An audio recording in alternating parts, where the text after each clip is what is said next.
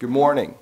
My name is John Atanasio, and I'm Dean of the Law School, and I want to welcome you on behalf of the organizers, faculty, students, and staff alike to Swantao and I were just discussing the 9th in a series of conferences, of annual conferences that we've done on intellectual property issues.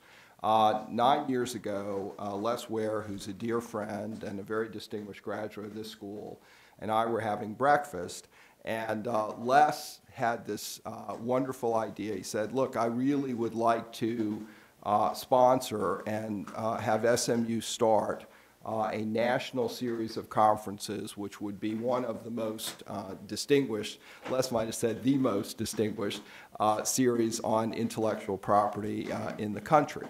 And so I said I had this perfect person to organize this. And Professor Wynn at that time had been here, I think, 2 months. But I had a lot of confidence in her. And so I gave this over to her, and it was exactly the right decision. Professor Wynn and Mr. Ware have made this into what it's become today. It's had a who's who of speakers over the past 9 years, certainly this year included. You have a wonderful program ahead of you today. One of the dean's roles is to say thank you, and so I particularly want to acknowledge the continuous sponsorship of the Ware Law Firm. What you all have done is really, really, really terrific, both in this conference and in so many other ways for the school. And then I want to thank all those who have made this possible, particularly Swantao Wynn, David Taylor, Keith Robinson, Sarah Tran, the members of our faculty who teach in this area. We have a very distinguished group in the intellectual property area, and very young, so they'll only get much better. And then the student members of the SMU Science and Technology Review, as well as our fabulous staff, Rebecca Bell, Christy Offenberger, James Pan, and many, many others who provide the so-called backbone for this conference. So with that, it's my pleasure to introduce my friend and colleague, Swantao Wynn. Swantao teaches in the area of intellectual property. She has about 30 articles in the intellectual property area, and also 5 books, is it? 5 books in the intellectual property area. She's a lot older than she looks, so, but in any case, she pioneered more or less commercializing, or not so much proprietizing, commercializing is a fair verb, intellectual property. So moving it from the issues of how do you proprietize it into the issues of how do you put it in the mainstream of commerce.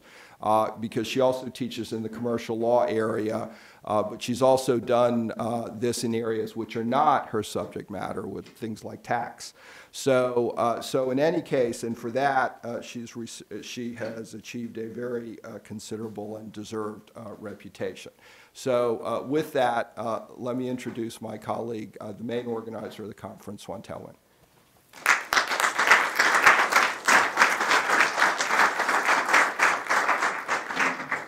Good morning. Thank you so much to everybody for coming to the conference today. First, I want to say thank you to Dean John Atanasio. Under the leadership of the Dean, you know, my dream came true, and one of them is that to have a fabulous new IP law faculty. And so we recently had Sarah Tran, Professor Sarah Tran, Professor David Taylor, Professor Keith Robinson to join the SMU law faculty. And they teach in the area of intellectual property law. So I'm no longer alone, and I am so grateful to the Dean for expanding the IP professors here at SMU. Now, with this symposium, I think that we at a very critical times. If you look at what happened in the last few months, we have Microsoft paid $1.3 billion to acquire 800 patents and from AOL. We also saw that Facebook decided to purchase 750 patents from IBM. We saw a consortium group bought the 6,000 patents for $4.5 billion in the Nortel's bankruptcy itself. And so what's going on in the marketplace? We are watching, we are looking at a patents arms race. That's what's going on. And so with the new law, the AIA, we know that there will be new patent applications filed and be filed sooner, which means in the marketplace there will be more patents. And so what's going to happen there? It's going to raise questions with the marketplace of the patent arms race, with innovations that at the cornerstone, and then with the changes of the law. Is it going to help innovation, or is it going to facilitate more patent arms race here? Those questions go to be seen, and I think that this conference is timely to address some of these really pertinent, big pictures issues here where we're heading. And also that positioning it globally, what's going on in China and in India as well, particularly with China, that the acceleration of the number of patents is solving issues in China. So I think that we're at a critical junctures.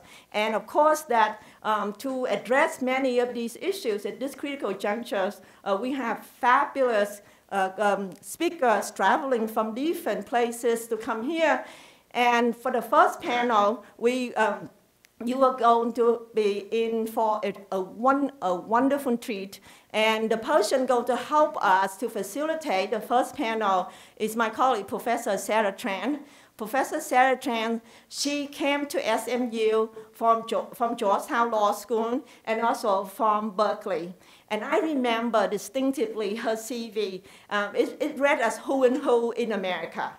Because in her CV, she graduated with an engineering degree from Berkeley, and she went abroad to Africa as a Peace Corps volunteer, and using her engineering background to help the people in the country where she was serving in the 2 years.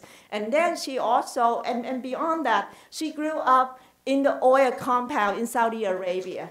And so her background is energy and intellectual property, the intersection of IP and energy laws here and the environmental law, which is another critical juncture itself. And so with that, I invite Professor Sarah Tran to come and invite the speakers to come to the panel. So I turn over to her. Thank you.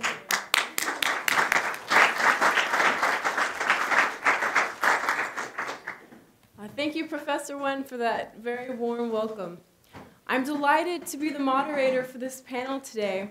We're discussing a brave new world of patent laws, and it really is a time of immense change in the patent system.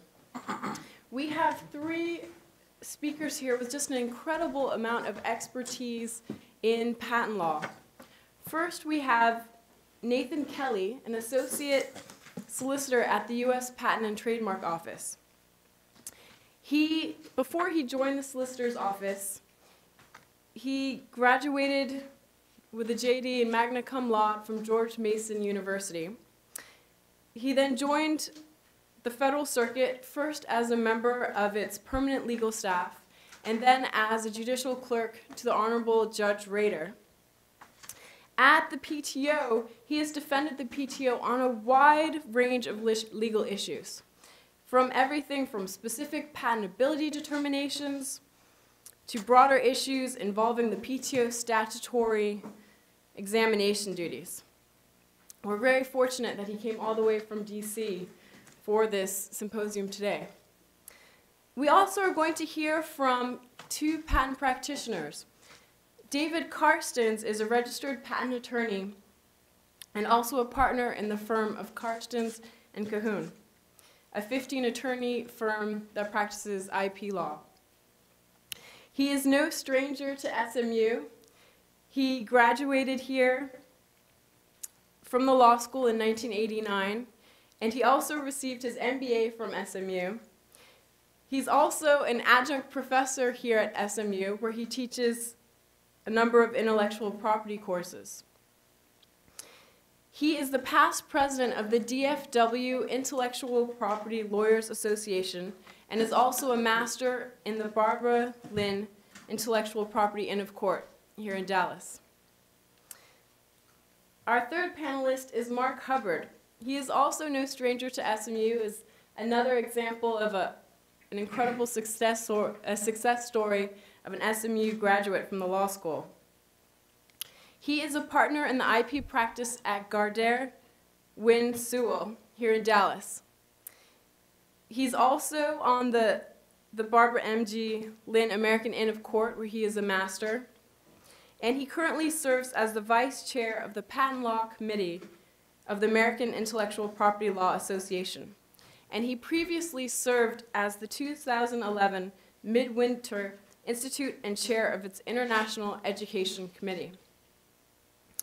He also is the program chair for the Institute of Law and Technology at the Center for American and International Law, and is a member of the Council of the IP section of the Dallas Bar Association. So for this panel, we're going to first have each of the speakers talk for about 15 minutes about what they consider the most important changes and most controversial changes that have been affected because of the American Invents Act. Then I'm going to ask them a couple of questions, and the rest of the time we want to use to have a highly interactive experience with the audience. So please, as you're thinking about what they're saying, feel free to prepare questions to ask at the end. All right, please join me in welcoming our panelists. Hi everyone, good morning. I'm David Karstens. Thank you for the gracious introduction. You know, I don't know about you, but over the last 20 years or so, I've gotten kind of down about Congress. You know, I hear the news and I think, wow, they're just not getting anything done. They can't seem to control spending. You know, you send people up there who you might not even want to have employed at your own law firm, and it's been a drag. But then I read the American Invents Act, and I read this act and I liked it. And the more I liked it, the more I read it. And pretty soon I realized that Congress had really kind of hit a home run here, I think. And, you know, I got so excited about it. Quite honestly, I think this is probably the greatest piece of legislation that Congress has ever passed. It has renewed my faith in Congress, and at some level, it's renewed my faith in America. So, thanks for entertaining a little hyperbole there, but there's a lot of hyperbole around this act. You know, this act has generated a lot of interest. And I think part of that is because we've waited for it for so long.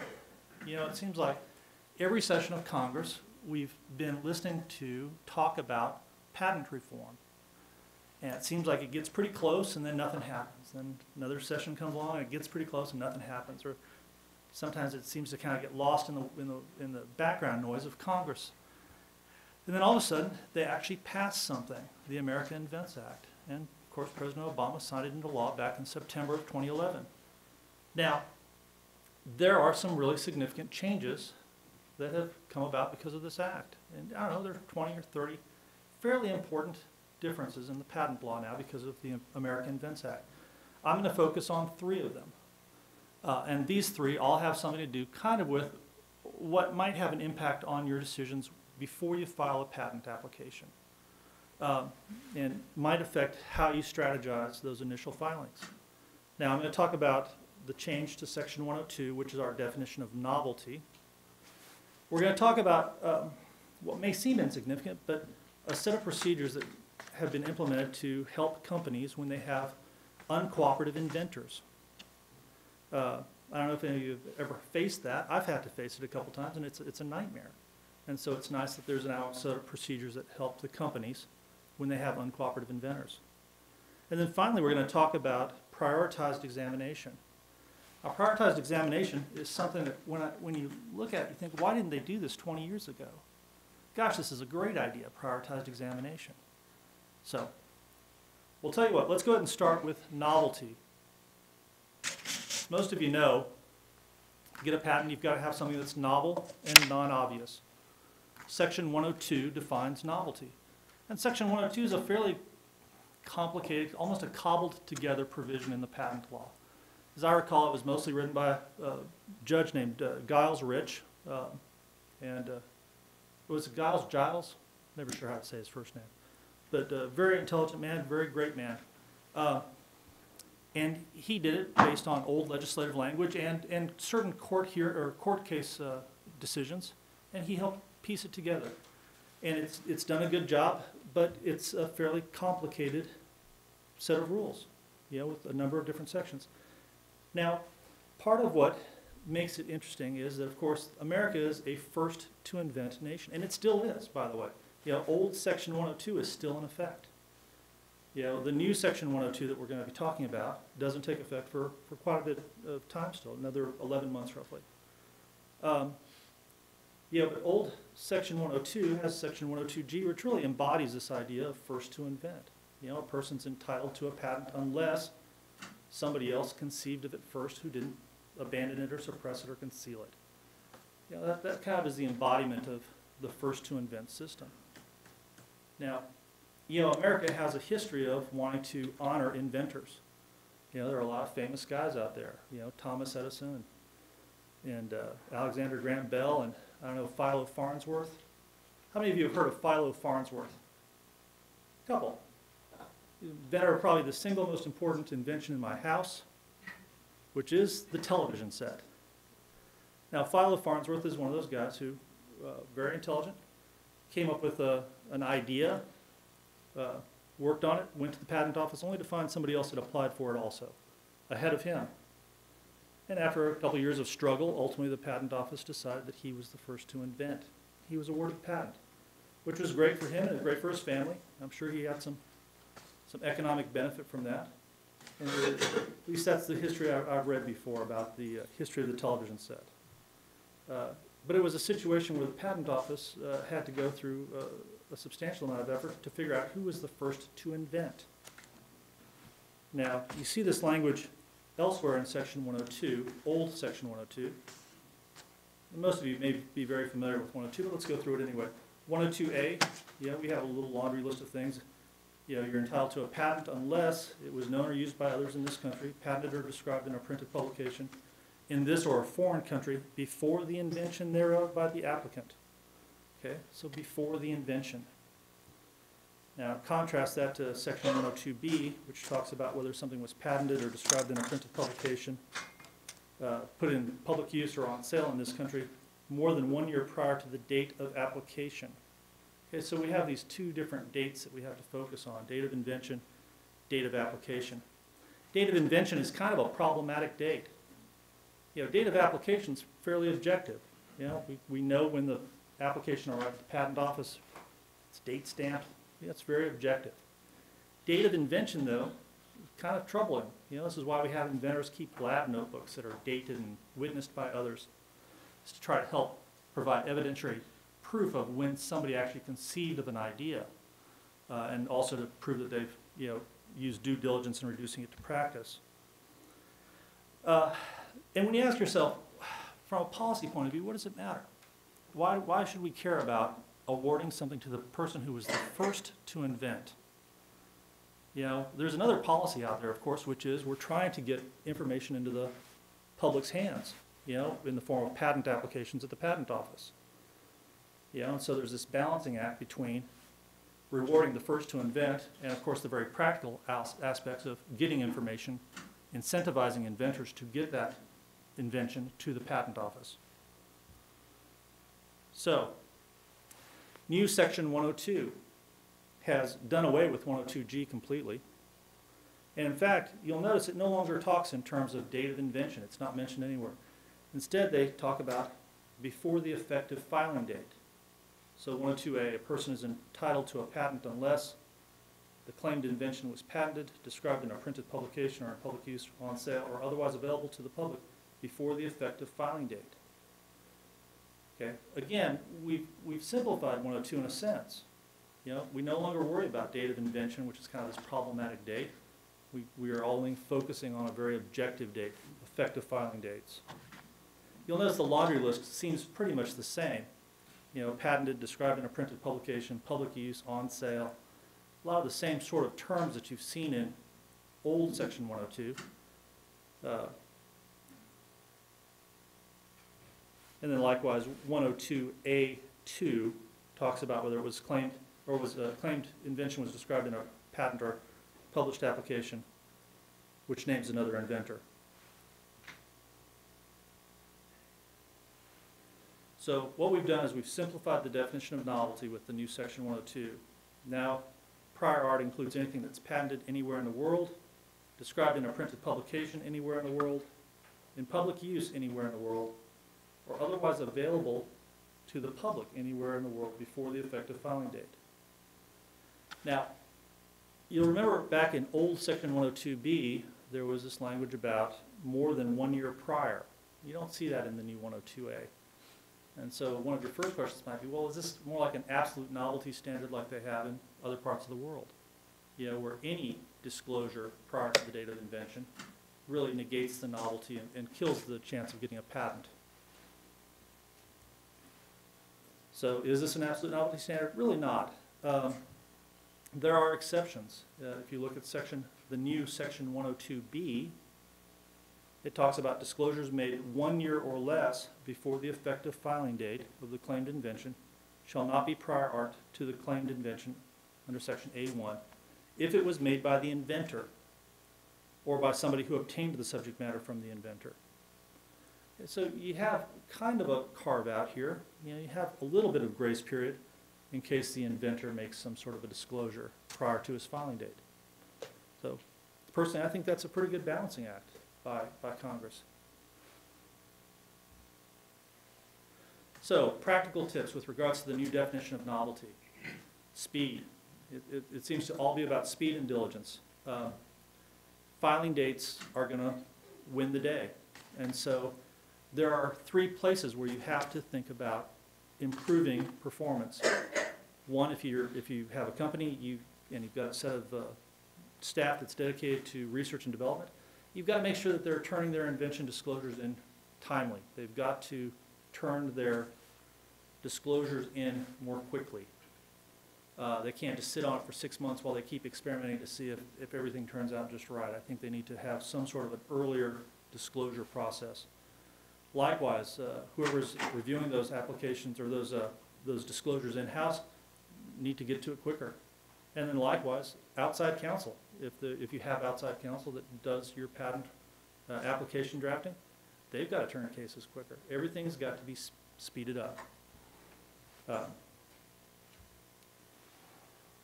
Let's go ahead and move on and talk about inventors' declarations. You know, again, this may not seem like a big deal, but I've had 2 experiences just in the last year about this. And I'll tell you, it's difficult when you have an uncooperative inventor. You know, maybe it's a key employee, but that key employee has a certain amount of leverage when they choose to refuse to sign a declaration or an assignment, for instance. And it can really hold up a company. And of course, it's not fair to the company because they're paying the guy's salary, and they may even have incentive programs for him. And if he's been hired just to do this sort of work, it's not right for him to withhold cooperation in the signing of documents. Now, there are legitimate reasons not to sign if in fact the invention's not, you know, the application doesn't really describe things properly. I can understand there are reasons why inventors need to put their foot down. But there are other times where they're just doing it for their own selfish reasons. There is now a section 115D2B, which allows something called a substitute statement to be filed in place of the inventor's declaration.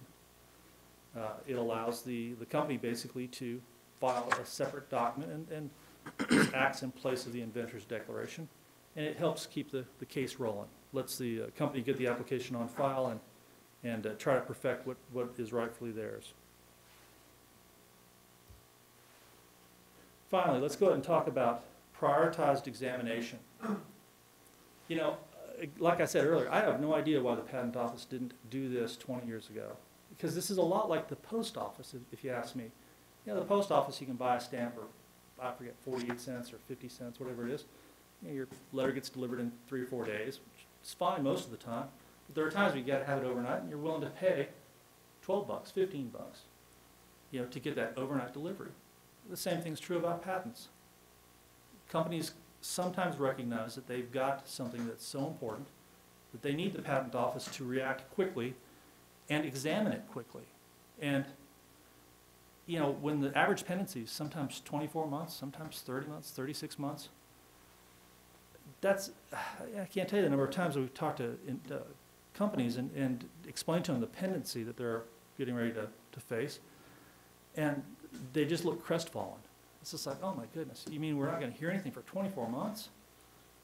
And it's so good now to be able to tell them, well, yes, in fact, there's an option here, you know, to get some sort of a response, maybe as quick as 6 months. And we've had a significant number of our clients say that's fine. And we shock them a little bit because there's a high filing fee, $4,800 roughly, you know, compared to the standard filing fee is about $1,000. And by and large, they don't care. You know, if they've spent $30,000 or $40,000 on legal fees, you know, an extra $3,000 or $4,000 for filing fees doesn't really change their mind. Now, the authorization for all this is in Section 2B, 2G, which provides the PTO with authority to offer prioritized examination for cases that are important to national economy or national competitiveness. I'm not really sure what that standard means, but it sounds interesting. There are some filing requirements that are set out in 37 CFR 1.102E.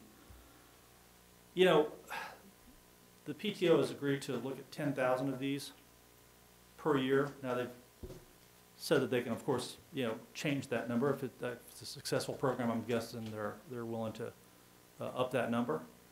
I went ahead and pulled some stats through March 15th from the PTO just to give you a sense of how many people are doing this. You have to request prioritized examination. So far, it looks like there's been about 1,700 requests through March 15th. So I think that 10,000 number, it sounds like they're going to get around 7,000 or 8,000 maybe this first year, or in fiscal year 2012. Most of those are granted. It looks like 35 were dismissed. I suspect those were dismissed because of some sort of a filing issue. You know, they simply failed to follow the filing requirements. Interestingly, on April 10th, the very first patent issued that had been filed under this process, Google was awarded a patent.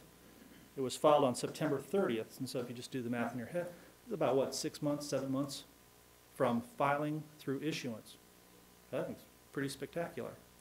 I guess I'm not surprised it was Google, but they obviously were ready to file right away, and they did. There are some issues that come along with prioritized examination. You're limited to 30 claims. You can only have 4 independent claims. If you get an office action, you've got to respond quickly. You have to be ready to talk to the examiner on the phone. If you fail to comply, they pull it right off a prioritized examination track and they put it back on the examiner's regular docket.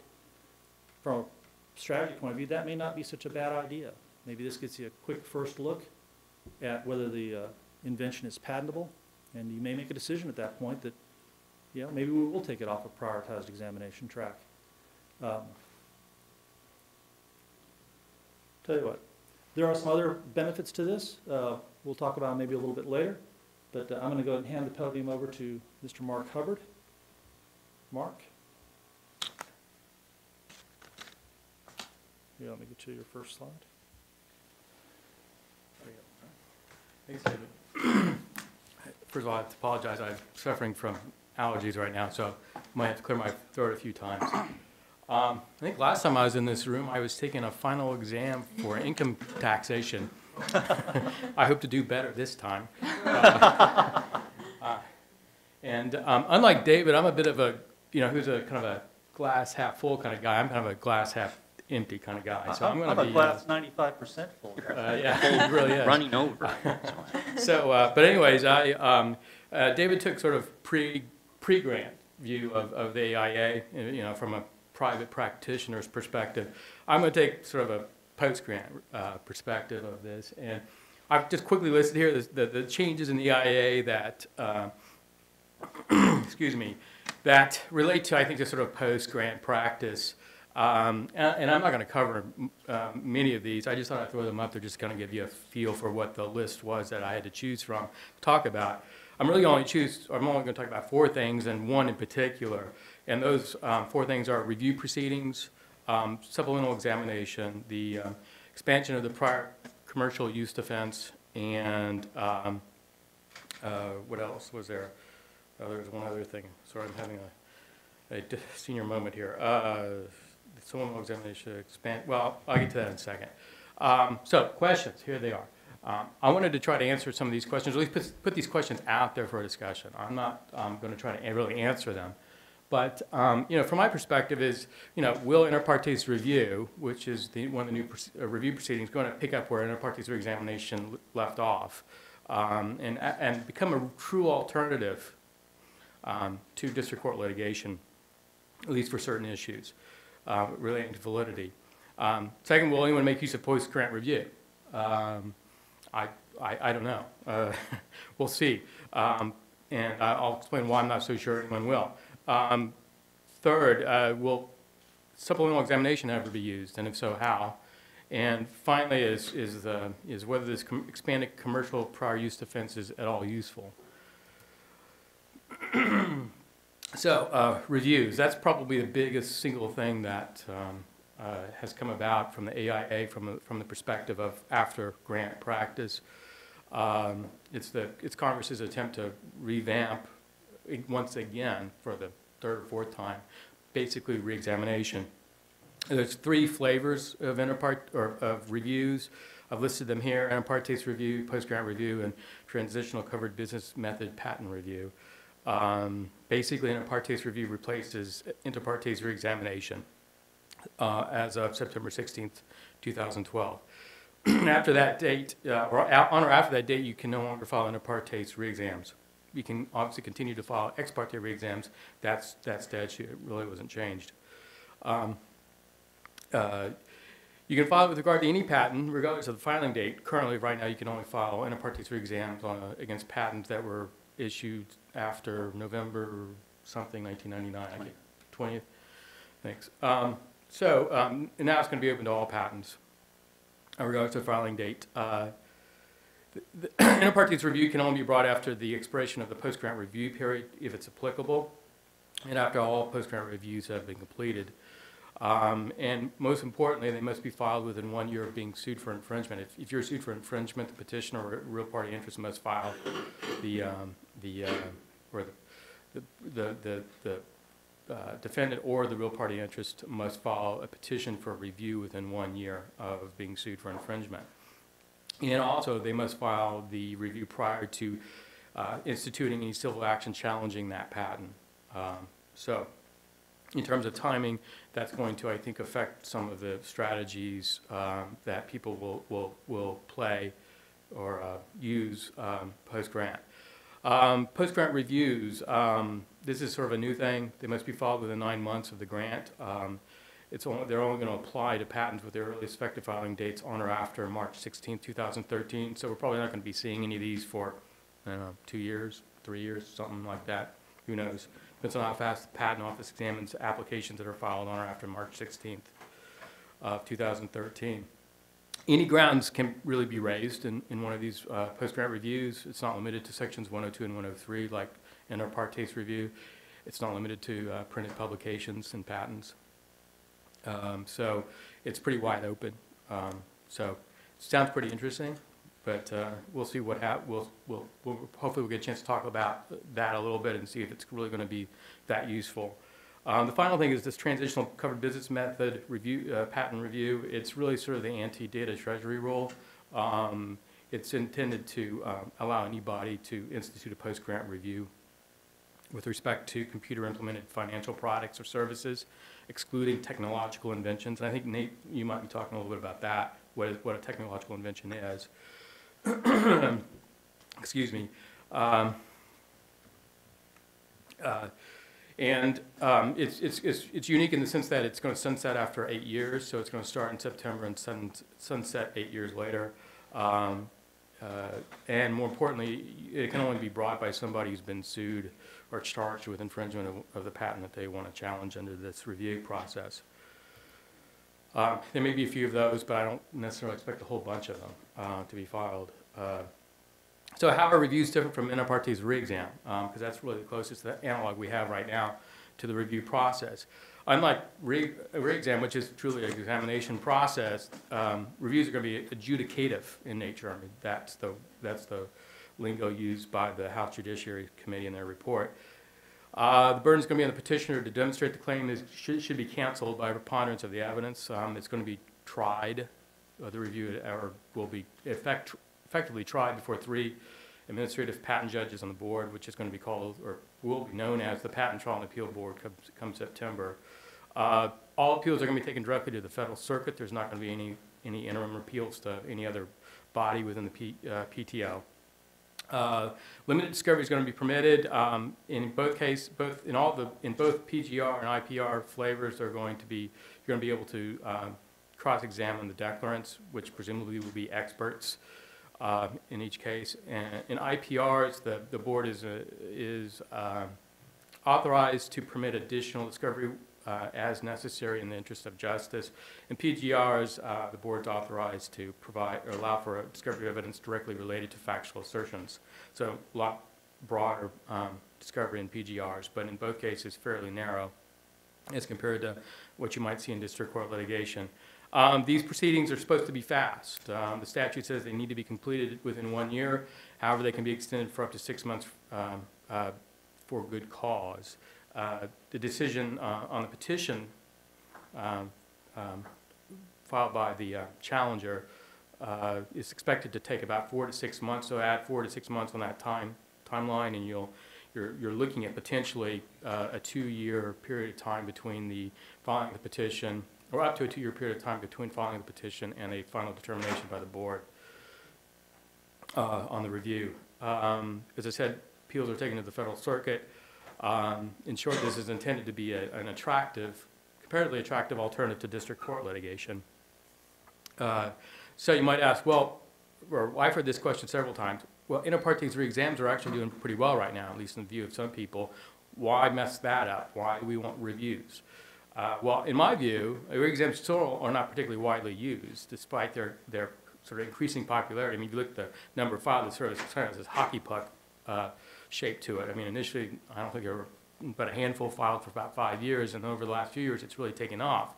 However, if you look at the total number of requests, even last year, there was only 374, and I don't have data on cases filed in 2011, district court cases, but roughly 3,300 or 3,400 were filed, 3,300, I guess, were filed in 2010, so that's a really kind of minuscule fraction of the cases that were filed. And so I would contend that it's still not a real alternative to district court litigation. Re-exams aren't fast. The pendency averages roughly 3 years. It goes up and down, but it's taken roughly 3 years before there's a certificate issued. But can take 6 or more years depending on appeals and other things. So there's no guarantee of them being resolved very quickly. I think only 305 have actually been completed as of this date. Only 305 certificate, well, as of end of fiscal year 2011, only 305 were completed. I think, in my view, re-exams are kind of inefficient. I mean, concurrent litigation is only stayed in 50 to 60% of the cases on average. I mean, some judges stay them as a matter of stay district court cases as a matter of routine. Others don't hardly stay them at all. So there's a lot of variability there and unpredictability. There's also potentially inconsistent results that arise from having concurrent or parallel proceedings. So I view that as being pretty inefficient and wasteful. Apparently so does Congress, or at least the House Judiciary did. I quote here some of the language that they use or that they put in their report about inter partes review. They think that the review will remove disincentives to the current administrative process, meaning reexamination, by providing a quick and, quote, cost-effective alternative to litigation. I have my doubts about that. But reexamination proceedings are, as they point out, are costly, take several years to complete, go through 2 rounds, first examination and then appeal within the PTO before an appeal can even be taken to the Federal Circuit. So, what are some of the advantages of the review? I mean, do they really make things better with this review? Well, first of all, it elevates the validity determinations to the board, and to people who hopefully are pretty capable of making these decisions efficiently and consistently. As I mentioned, these proceedings are going to be tried to a board of 3 APJs. There's, in theory, an opportunity to have a hearing, which for some people who want to make their arguments concerning validity, live and in front of a judge, that's appealing. Given the time frames I mentioned in terms of the time frame in which you must institute the review after being sued for infringement, the 1-year requirement or the time limit that's for completing reviews and all that. I mean, I think it's fair to say that judges are more likely to stay concurrent district court actions in view of a review being filed. So there's less likelihood of inefficient resources by having parallel proceedings going along at the same time. Appeals are taken to the Federal Circuit, again, more direct route of trying to get to the final answer, hopefully short circuits everything. There's obviously the opportunity to depose any declarants of the patentee, which you don't currently have in re-examination practice. And then finally, the patent owner's right to amend the claims is somewhat limited. The statute actually provides just for a right to make a motion to amend. PTO is proposing, I think, as a matter of right, allowing the patent owner to propose one substitute claim per challenge claimed. And so it may be difficult for the patentee to make, or patent owner to make wholesale changes to some of their claims. Some disadvantages. Estoppel is probably the biggest one. I think Nate said he's going to talk some about that, so I'm going to let him deal with that issue. Some of the other disadvantages, there's a high cost. I think it's going to be really expensive to put together one of these petitions. There's limited discovery, as I said. That doesn't please everybody. Some people want to be able to take a lot more discovery. Proposed filing fees are really high. And if you want to challenge more than 20 claims, they go much, much higher. Although in theory, you can file institute multiple reviews based on different claims within the same patent. There's also a number of rules or many of the proposed rules many of the rules that the PTO has proposed for implementing this, I think, contain a lot of issues that have some people worried, and until we see the final rules, we won't really know how attractive the process really will be. So who's going to use these? Inter partes review. I think people who would file inter partes re-exams will probably file inter partes reviews if they can. Good results at the Patent Trial and Appeal Board will probably entice more to file. So who knows? Maybe we'll get more reviews filed in re-exams, but we might not, at least initially, not until there's some track record is established. Post-grant reviews, this is not European-style opposition at all. So I don't see how people are going to really be using these, frankly. We can talk more about that. Real quickly, supplemental examination. I think Nate's going to talk some about that as well. This has gotten a fair amount of play. I frankly don't see why anybody would file one of these in most cases. They're expensive. And with TheraSense and their but-for materiality standard under TheraSense, I think there's a lot less reason. And finally, I think there are alternatives to this. I think you can file a no defect reissue and submit prior art that might have been withheld in an IDS and have it considered at that point. And I think that will in effect, I think, cleanse your patent from any inequitable conduct that might have arisen by withholding. So something to talk about.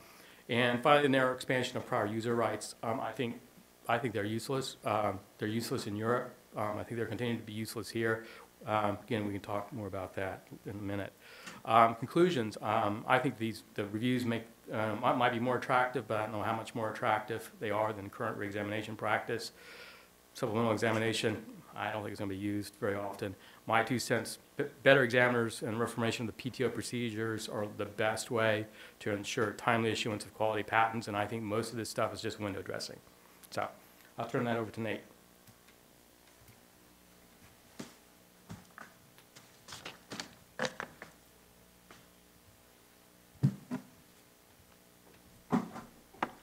Thank you, Mark, and good morning, everybody. It's a pleasure to be here. It's not anywhere near as hot as the last time I was in Dallas, so I don't know who arranged that, but I appreciate it. So what I'd like to do here this morning is go over what the PTO is trying to do right now and where we are, and then rather than give an overview of each one of our rules that I couldn't possibly do in 15 minutes, I'll hit on a couple of controversial issues, maybe first going to the board rules, and then if I have time, coming back to some of the rules that involve examination. So last September, of course, the AIA was passed and signed by the president. And in addition to changing our system in America from a first to invent to a first inventor to file system, it also puts a pretty heavy burden on the PTO, at least in the short term. What we have to do is to implement the various post-grant proceedings we've heard about and a lot of the changes to the examination process. We have to go completely through at least a dozen rulemakings in a year. Now, that doesn't sound like too hard a task to do something in a year, except that the rulemaking process is a little more Byzantine than you might think. The rules obviously have to be written, they have to be reviewed both internally and externally. They go through OMB for review, there's a public notice comment period, and if you actually extract out the days we can be thinking and writing from the process, you're down to about 100 or so days or fewer. And so it's really tricky, and it's really even trickier to do 12 at once. And so our bias at this point, if there is a bias, is for speed and getting things out the door quickly and maybe going back in the future and taking a look at them again. So we have sort of stayed on track, thanks in large part to the director of our implementation process, Janet Gongola. If any of you have gone to any of our road shows, you've seen her present these rules in pretty, I say punishing detail. That's maybe pejorative, but in more detail than really anybody could ask for right now, and that's a good thing, because what we need right now are comments. So in January, we published our first proposed rulemakings, the 5 rulemakings on the patents changes, and then following up in February, we published the rulemakings for the board changes. And so where we are right now is after publication, when the notice period was open, we did our road shows. We tried to get out there everywhere we could and give as much information as possible, hopefully to elicit as many comments as we could. The comment periods are closed on all of those rules now, and we're busy going through the stacks of comments, thinking about them and thinking about the own internal criticisms that the rules have received. So what I'm going to do is, instead of talking about the patents rulemakings first, I'm going to go right to the board rulemakings. A good way to look at the changes in the post-grant proceedings themselves is to look at how we've done the rules. There's a set of umbrella rules. I call them umbrella rules. They're the rules of practice. And these rules are going to apply to every proceeding at the Patent Trial and Appeal Board involving these AIA actions. And so there's the umbrella rules, and then broken out under the umbrella rules, there's a separate package for the post-grant review, for the covered business method review, for the inter-party review, and for the derivation proceedings. So it allows, hopefully, it allows counsel to learn the umbrella rules well and to dive down into whatever proceeding they're about to go into when necessary. But hopefully people don't have to learn duplicative rules. There's nothing that duplicates across the packages. So they're all hopefully different. So far our comments on the board rulemaking, we've received about 250 total comments. About 50 for each, what I think of as big packages, the umbrella rules, the inter-party review rules, PGR, covered business method patents. And then the breakout of the comments, we've received most of the comments from companies that I think that you can think of as patent owners, followed by IP organizations, law firms, and then 2 comments from academic institutions. And let's not think that's not because academia is not interested. I think their comments were just probably recorded as individuals instead of institutions. It would be nice to see that broken out further, but it's something we don't have. So what I want to do now, hopefully I don't lose people, but I want to go right into a few issues in the board packages that are receiving attention.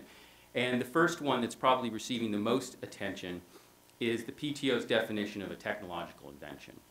Now, we knew this would receive attention, and we knew it so well, and because of our experience with our previous big rule package, the continuations package, we put this provision in its own rule package.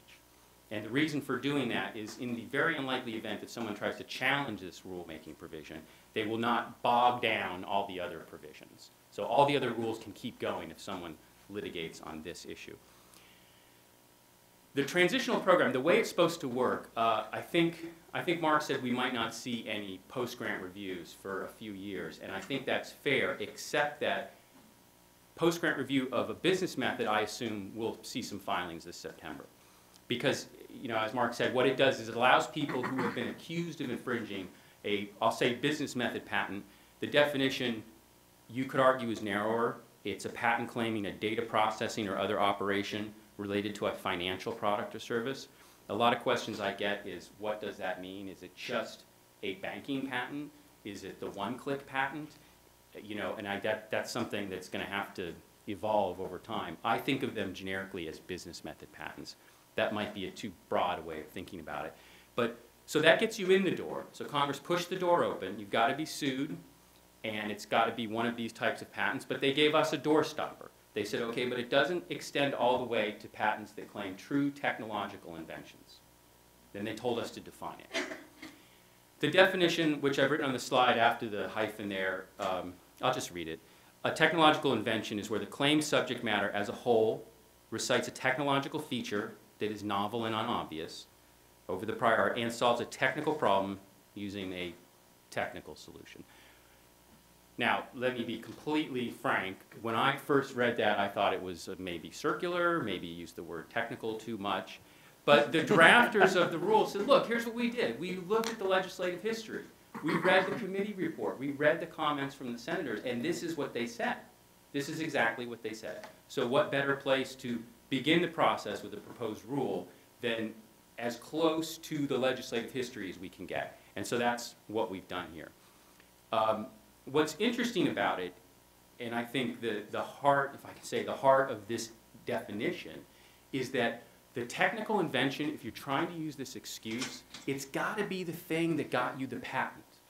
So you can't take a business method and stick in it whereby it is operated on a computer. Because the operating on the computer isn't what got you that patent, if you should have even gotten it in the first place. But if what got you the patent is the technological feature, then it seems logical that it falls right back out of a business method and into a true technological invention. And maybe for the advanced players who've read Prometheus, that's a little bit like what the Supreme Court has done with 101. And I think for all of the patent attorneys around today, we've hopefully got away from thinking about the heart of the invention or the gist of the invention, something I think Judge Rich told us many times not to focus on. And it seems like in a few areas we might be moving back to that. So that brings me to the next issue, and that's the estoppel that will flow from these proceedings. There's two types of estoppel. There's the estoppel against the requester. You know, you bring one of these challenges, and what aren't you going to be able to bring later in court? And then there's the estoppel against the patentee. Now, the requester estoppel is particularly significant in post-grant review. It's the same estoppel for post-grant review and inter-party review. You're stopped against things you raised or reasonably could have raised. But the reason it's more onerous in post-grant review is because of the potential scope of post-grant review. The difference between a post-grant review and an inter-party review is that an inter-party review is like an IP re-exam, like Mark said. It's an alternative, or more frequently a second front, to a district court litigation, but you can only raise patents or printed publications. The post-grant review, you can raise any single challenge that you could raise in order to assert invalidity in a district court. So you can say the claim's indefinite, that it's not enabled, that there's no written description, that it's not patentable subject matter, that it's anticipated, that it's obvious, you name it. If you're going to be able to bring it up in the court later, you're going to be able to raise it in a post-grant review. And that's why the could have raised estoppel is so significant. Because if you see a competitor's patent and you think, oh, we invented that, let's trigger a post-grant review with our own prior art, and you miss the fact that maybe these claims are not enabled and you don't raise it there, the ability to raise it because of the far-reaching scope of post-grant review is going to cut you off later from ever asserting that in court. That's the reason why I think a lot of people looking at this provision thinks it's really not going to get used that much. There is a possibility, though, that Congress is going to change this. There's a technical correction that's floating around Washington right now that's going to eliminate the or reasonably could have raised portion of the estoppel. Whether that's a technical correction or not, we can debate. If you read the committee report, it says that it meant for it to be purely raised. that it didn't mean, that Congress didn't mean for it to get to the reasonably could have raised. So arguably it is technical, but there's a lot of interest groups on both sides. Now the patentee estoppel is also interesting. It's interesting from our point of view at the PTO because it's an estoppel that to some extent we have created by rule. And it's in our umbrella rules, it's Rule 4273. What it says is a patentee in one of these proceedings can not, again, get a patent claim that they could have introduced into the proceeding. The idea is to make people, to force people in a proceeding, to give us what they think they're entitled to right then, and have the board determine it right then. Because there are frequently district courts that are waiting for us. And we don't want to be in a situation where we don't pass on something that we should and then make the district court see it later in another patent.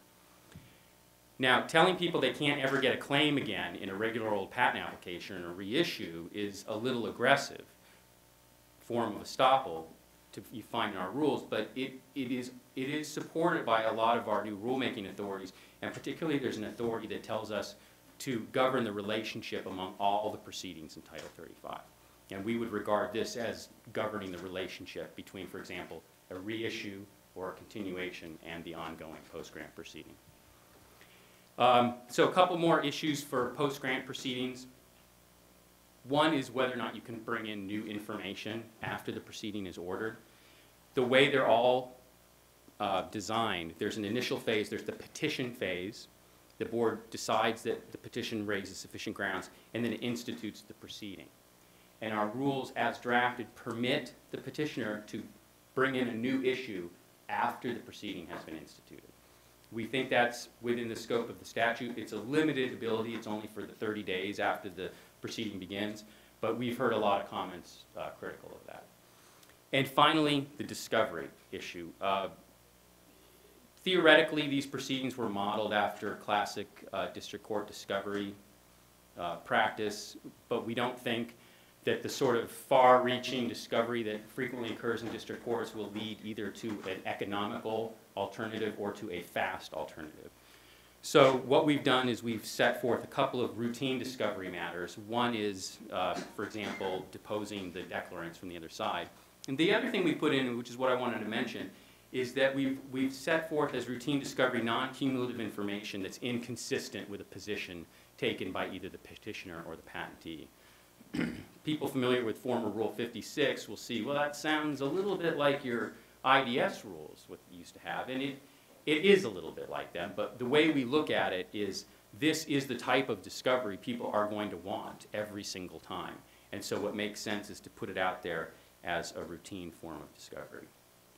So those are the three board issues I wanted to talk about. I'm going to go back to the patent issues since I have a minute and 30 seconds left here.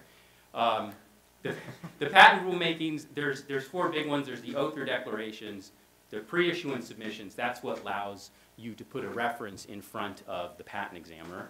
There's the citation of prior art in a patent file. That's a little tricky. What that allows you to do is, in addition to citing a reference in an issued patent, you can cite a patent owner's statement about what the patent owner thinks the claims cover. That way it will prevent the patent owner from taking an alternative position in a re-exam. And finally, the supplemental examination that allows you to essentially immunize your patent from an inequitable conduct charge to come back in after the fact and have us look at a reference. Not sure if that's going to be used that much in view of TheraSense, but maybe belts and suspenders, people are going to do both, rely on TheraSense and give us the information. We received 120 comments, so about half as many for the board rules as we did for these. About 30 comments for each of those big rulemakings I just mentioned, and most, unlike the board proceedings, most of these comments came from individuals, followed by organizations, companies, and then law firms. And at least what I read from this is that the people commenting on the patent rules are maybe patent attorneys who prosecute a lot of applications, whereas the people talking about the board rules are patent owners. But that's just me guessing. So in my last 5 seconds, the one thing I'll talk about is our oath and declaration rules. It's kind of interesting. Our current Rule 53F says you have to give us an oath or declaration at the outset, which is kind of hard to do sometimes for applicants because inventors can be a little recalcitrant, I think, as was mentioned. And our rules don't change that, but Congress changed the statute, and they said that the oath or declaration can come before the notice of allowance, but we kept the rule as it was because we thought, well, at the beginning of prosecution is before the notice of allowance, so technically we're still in the ballpark. And there's two sides to this. One side is that early filing helps examination, helps us know what to look for, what to search for, who the inventors are. But later filing obviously helps the applicant because they won't have to get one unless they need it, and they won't have to get two. You know, if your claims change along the way, sometimes you have to get a beginning oath and an end oath. And so this is just a snapshot into the kind of things that we have to think about when we get to the final rules, which you should see before September 16th of this year. Thanks.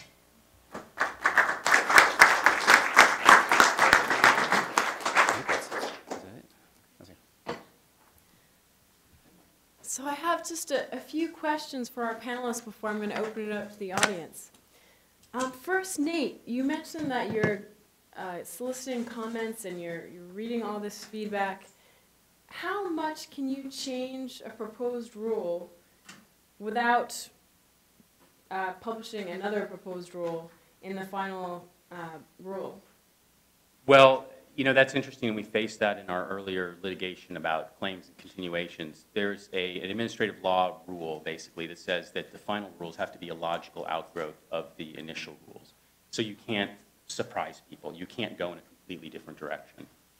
You can, if it's logical, if the progression of the final rule from the initial rule is, I'll say, foreseeable, it's permissible. But even if you get a comment that suggests a complete 180 on an issue, even if you get that comment, you can't rely on it to change the rule. So the rules have to be, the language is a logical outgrowth of the initial rules, and whether it is or isn't is something that is fun to litigate. A question for Mark and David. So hypothetically, Director Kapos gets tired of hiring so many new attorneys, so many new examiners, initiating so many new rules, so many changes, so he decides to pack up, leave DC, and he moves down to Florida.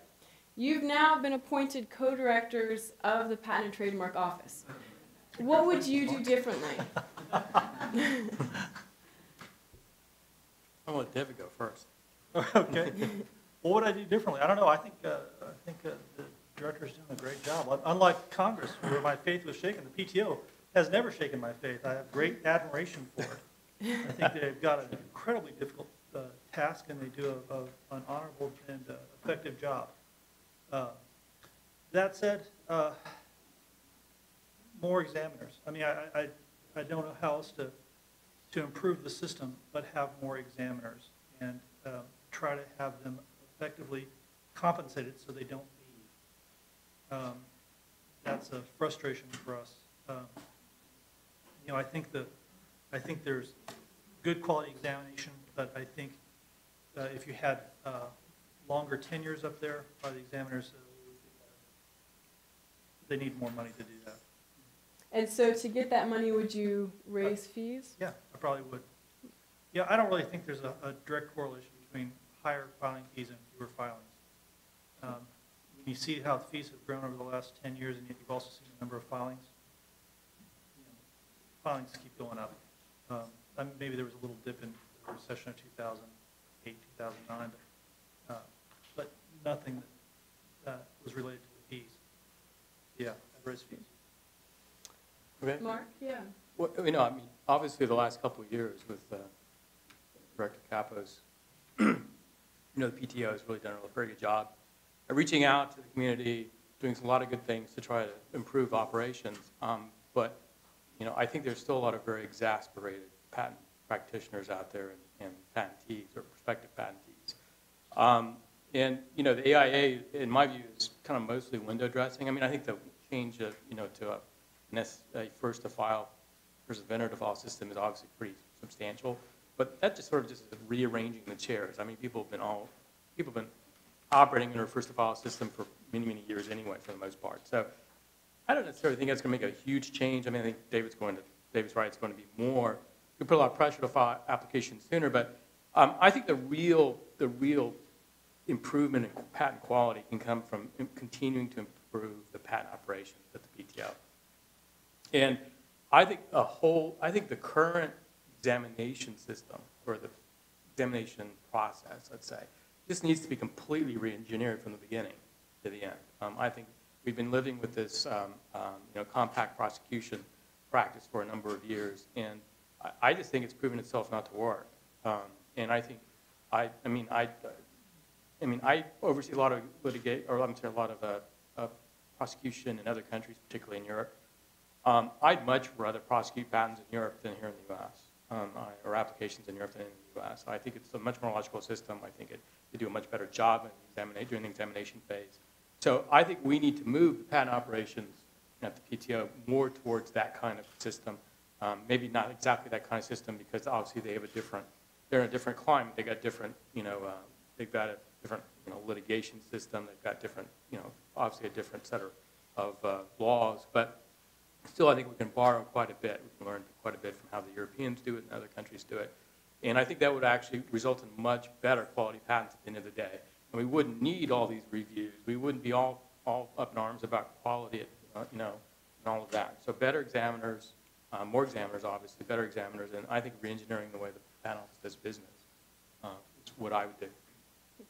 So Nathan, you're hearing these ideas, this idea about hiring more examiners, of relocating the patent office in Paris, France. I'll go there. What are your thoughts to these proposals?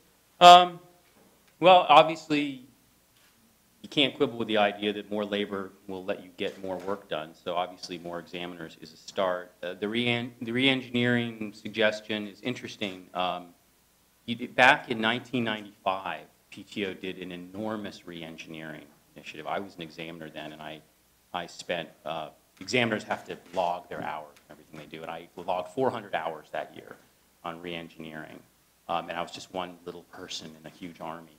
And they didn't really change much. The examination process is how it has been for a very long time. I mean, I think the one thing Director Kappos has done, which is frankly amazing that he got that done as fast as he did, was he changed the examiner count system a little bit, a tweak in the system. And that was done in a relatively fast fashion, with the deputy director also assisting at that time. And it's improved things, but it's a hard system to change. I'll admit that there's an awful lot of inertia. And the notion of re-engineering in the abstract is a good one, but when you get down into the nuts and bolts of exactly how you're going to change a system where an examiner looks at the claim, searches the prior art, and then writes a rejection, those three components seem pretty straightforward. And I guess it's something we're always looking at. So it would be interesting to see a concrete model that was different and more efficient. I guess that's what I'd say. As far as moving the patent office to Paris, I don't know. We're going to move to Detroit, which I guess is Almost like Paris. the next best thing. At least have better cars. All right, so I want to open up to questions from the audience. Yes? Mark, my question's for you. You've referred to Europe in a couple of contexts, and I'd be interested to hear, first of all, what do you think are the key differences between European oppositions and post-grant and inter partes review proceedings that make these proceedings definitely not European-style positions, as you said? And what particular things about European examination would you recommend to the future director? Oh man, I shouldn't have opened my mouth.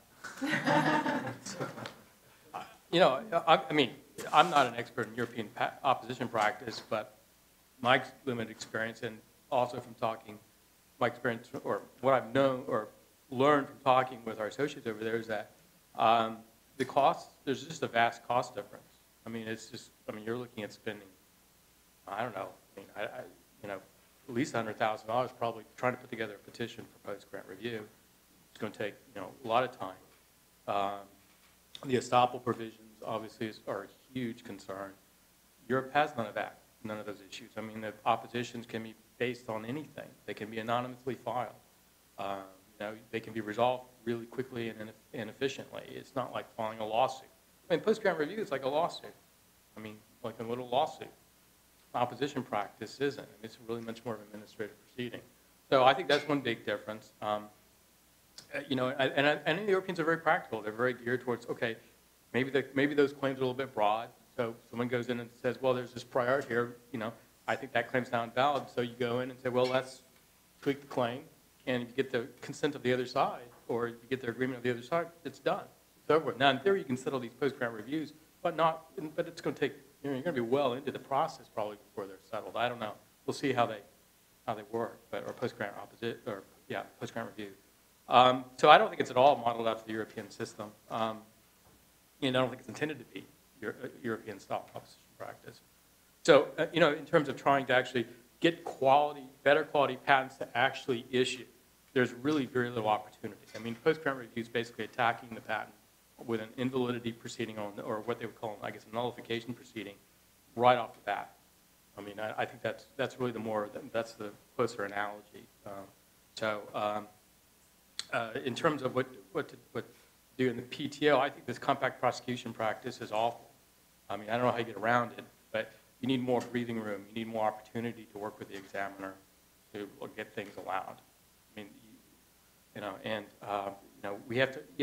I sort of look at it as sort of defining the issues. I mean, you know, and they're doing some of that. I mean, they're with the first office action interview program. They're trying to give some more breathing room. With the new after final practice, they're trying to give more breathing room. But they are confined, as Nate said, to the existing system, to dealing with the patent examiner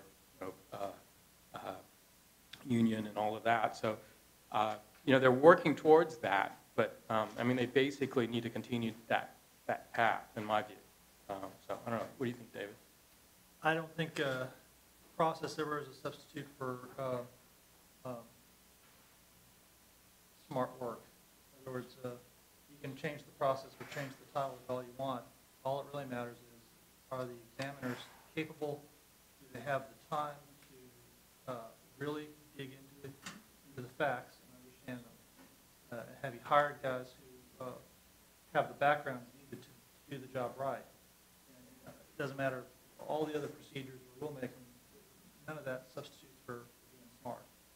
And so that's why I think really the core of it all is retaining the best examiners you can and giving them the money it takes to bring in and keep those sorts of people. So I have a question in the back. Yes? Yeah. I try to be controversial. Well, you mentioned that PGR may not be used because it's too expensive, but my company is about $4 million and 3 years into a lawsuit on a ridiculous patent, and I can pay $30,000 and a few $100,000 for the post-grant review is looking pretty good right now. So what are my other options? Well, remember that post-grant review can only be instituted within 9 months of grant.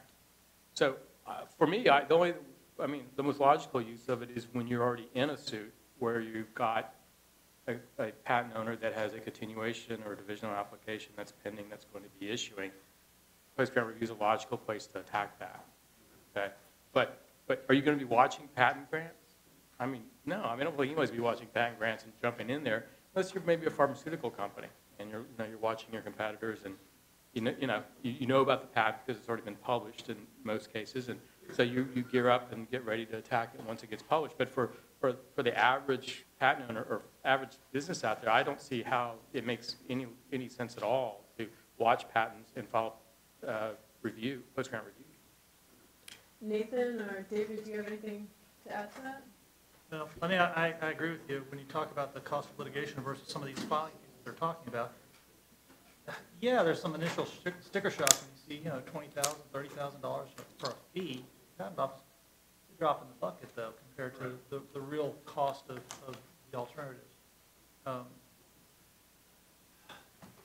As important as patents are becoming and as number of cases are mounting out there, I think it does maybe make sense to watch your competitors. If you've got one or two competitors, and it's not that tough to keep an eye on what they've got pending.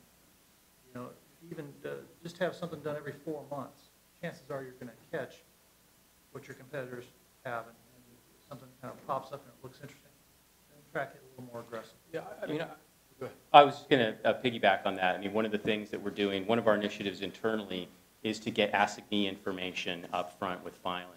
Right now, examiners don't necessarily know who the assignees are, but if we know who the assignee is, who the owner of the application is at the outset, it does make it much easier to track your competitors' patents, because hopefully there won't be many of them. And if you combine the post-grant opportunity with also the third-party prior art submission opportunity, which is a really powerful tool that you have, then I think that maybe you need to watch your competitors' filings.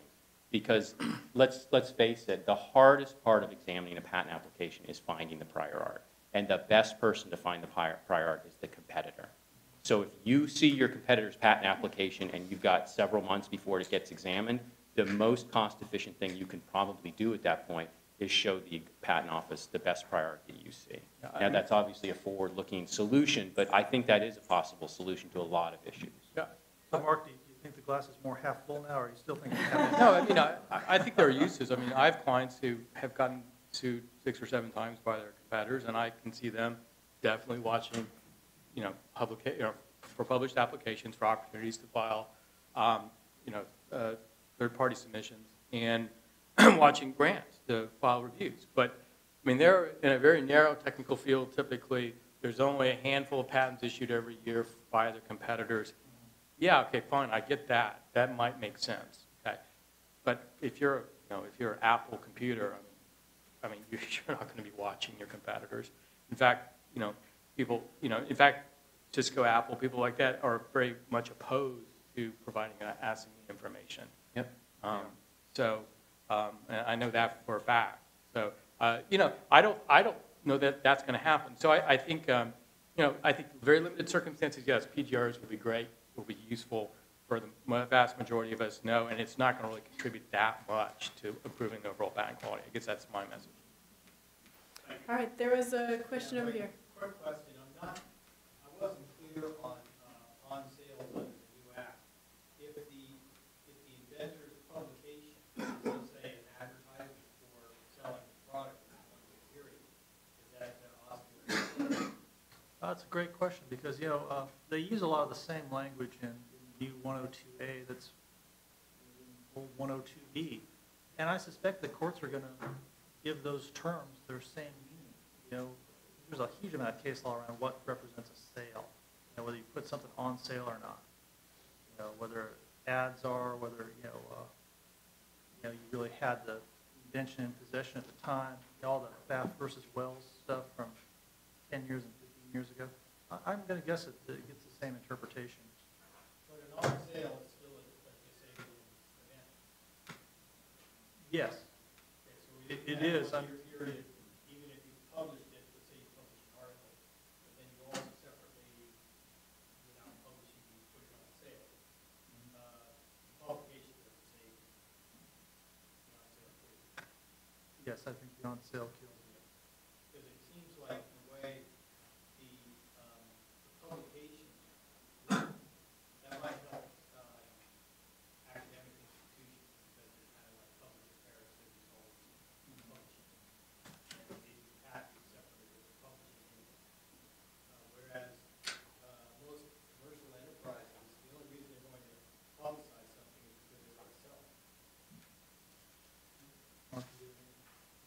I know Nate might.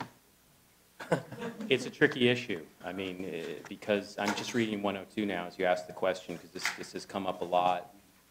We've stayed out of it largely, and I'm going to stay out of it now, but I'm going to observe that the way the statute is written, you are correct that that something on sale is a bar.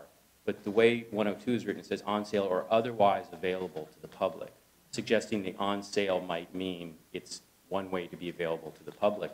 And then if you go down to the exception, the first exception is a public disclosure.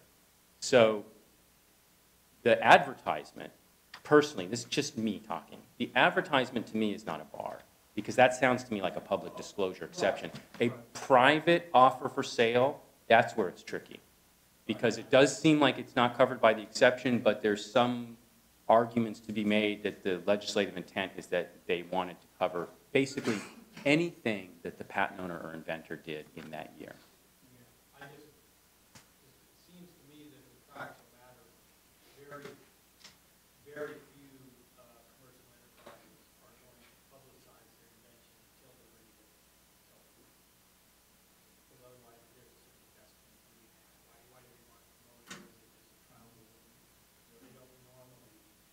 there's that old concept of vaporware. I don't hear that word very often anymore, but vaporware, you know, this idea of people publicizing, oh yeah, we're going to have this, and then it really materializes. That happens sometimes, but that's often, that kind of disclosure would probably not be made in the email. But as soon as, when somebody has their new little gizmo, they put it on the website, and they say, I got this new little gizmo, and here's how it works. Usually, they want to sell it right then and there. Yeah, I'll be interested in the first court case that comes out to discuss with that, what that phrase, otherwise available to the public. How That'll it be the modifies interesting on sale. area. But there are a lot of people who are worried about that and who've raised this issue from the beginning. And there's a presentation by Bob Armitage that addresses this issue. And he's very much of the belief that private offers for sale do not create bars. And so there's the parts of the legislative history that support that position. And there's a statutory construction principle that also supports that position. But I don't feel comfortable advising clients that they should rely on that. So I think it's a messed up statute. That's right. What? His glass is like this now, so it's completely empty. I think I saw a question right here. Did you have? Oh, my comment was Oh, okay. Yes. Is that going to affect the law and rules and related testing? Experimental use exceptions and then so forth. No, I don't think it's going to be affected. Don't think so? I sort of don't think so. I mean, the experimental use is technically not an exception, it's a negation. So if you wholeheartedly buy that, it shouldn't change it. But, it's a clean slate right now. Yeah, in the back.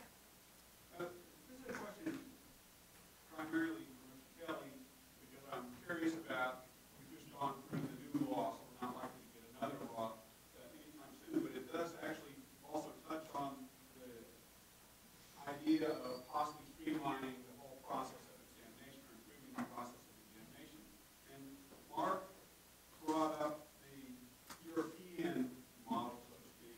And one of the things about the European model is that they, in their claiming, they use the Jepson claim style, where they characterize the prior art more or less in the preamble, and then they have the terminology is in the body of the claim. And so the question is, that affects a lot of things, but one of the things it certainly does do is the prior art is more or less identified.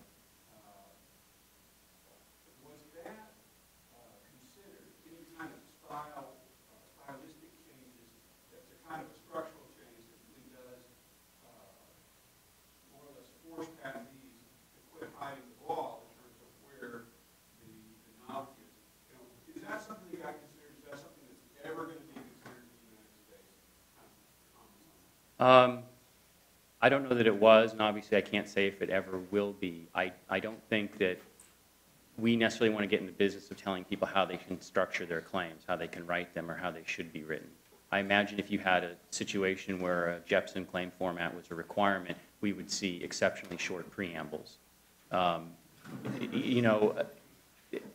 going to just say another difference between Europe and the United States is that I happen to think that people are more litigious in the United States and that attorneys fight a little more aggressively and find a little more angles than maybe they might in Europe. I don't know if that's true or not, but a lot of sort of the system we would like to embrace requires compliance by all parties, and I don't know that we would get that. As for the specific Jepson claims, that's the second time someone's brought up a Jepson claim with me in the past week or so. So that's interesting, but I don't know that anybody's thought about that. It's funny, the director oftentimes also looks to the European model, and I'll tell you one issue that came up is about derivation and what a derivation proceeding should look like, because what they look like are interferences. That's what our rules look like. And we had these meetings, and someone said, well, why should they look like interferences? They don't look like interferences in Europe.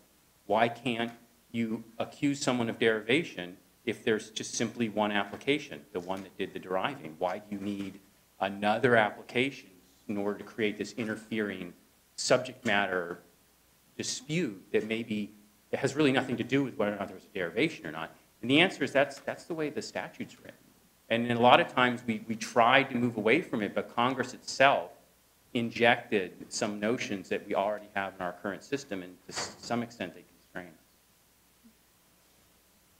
Did anyone else want to add to that? No. Okay. I saw, yes. Yes, on provisional patent filing practice. When I look at, as I understand, provisional patents are still part of the new law. They haven't been eliminated. That's correct. That's right. I noted, though, in the new law that in order to receive a filing, you have to have a claim. You have to have a claim that covers the claim convention. It's not really part of provisional patent application practice, but if you don't have a claim, you don't get priority.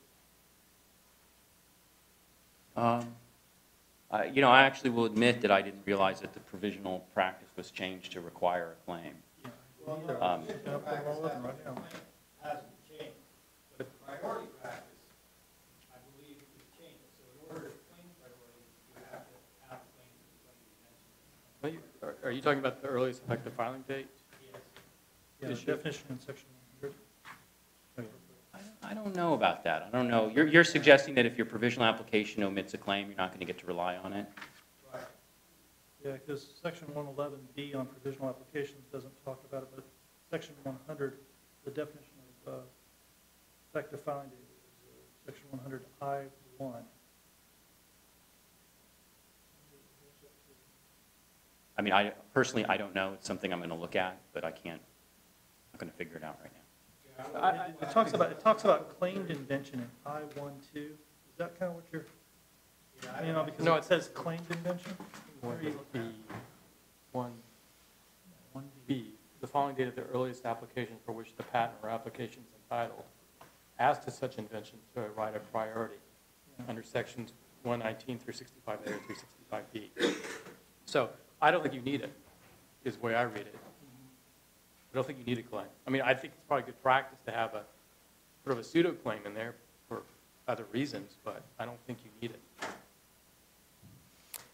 All right, there was another question back there, yeah? Yeah.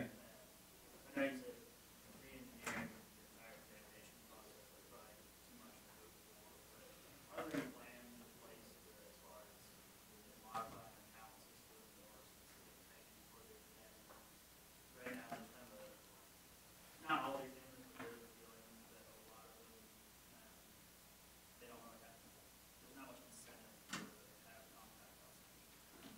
In the cycle, RCEs and reviews, because fees are going to go up as a proposed, makes it expensive for the packaging much more. Well, Mark should be happy to hear that there's a lot of examiners who don't like compact prosecution. He doesn't seem to like it. Well, there was the count system change that we implemented, and I think we're still sort of seeing the effects from that, and we are constantly trying to upgrade the training. There's a new technical training program. The Patent Academy now works much differently than it used to. Examiners are forced to examine from within the academy as opposed to going out in the core and each learning their own style of patent examining from different primary examiners. But we're continuing to try and improve. I'm not aware of right now any new model for a new count system or anything like that. I think the agency is pretty focused on implementing the AIA right now, but it's obviously something we're thinking about. And the current modification is a tax modification, it's not permanent. So the agreement with the union was that you would have this current count modification in place to see how it was working for a period of time. And at the end of that time, it would be relooked at. So there could be additional modifications at that time. Yeah, that's true. And I think it also demonstrates one of the constraints that we have internally, which is there's always a trade-off between getting something done quickly and negotiating for a longer time with the union. And when we get to a point where both sides can agree on something, then we try to implement it. Since the refiles have gone up and not down, it's a total failure. Well, I don't know why the refiles have gone up or how much they have, and I don't think I would characterize it as a total failure. 46% of all filings are refilings or RCEs. That's 54% success, though. I don't know. I mean, we could throw out whatever numbers we want. We found your spiritual brother It's out because it's only a test. Once it's fully implemented, I don't know how. All right, we have time for one last question, or maybe not. All right. All right. So we've talked about some of the most important changes of the American Vets Act, such as whether we should now move the PTO to Europe, gizmo bars, re-engineering. I'd like to now turn it over to my esteemed colleague, Professor Robinson. Thank you. We should take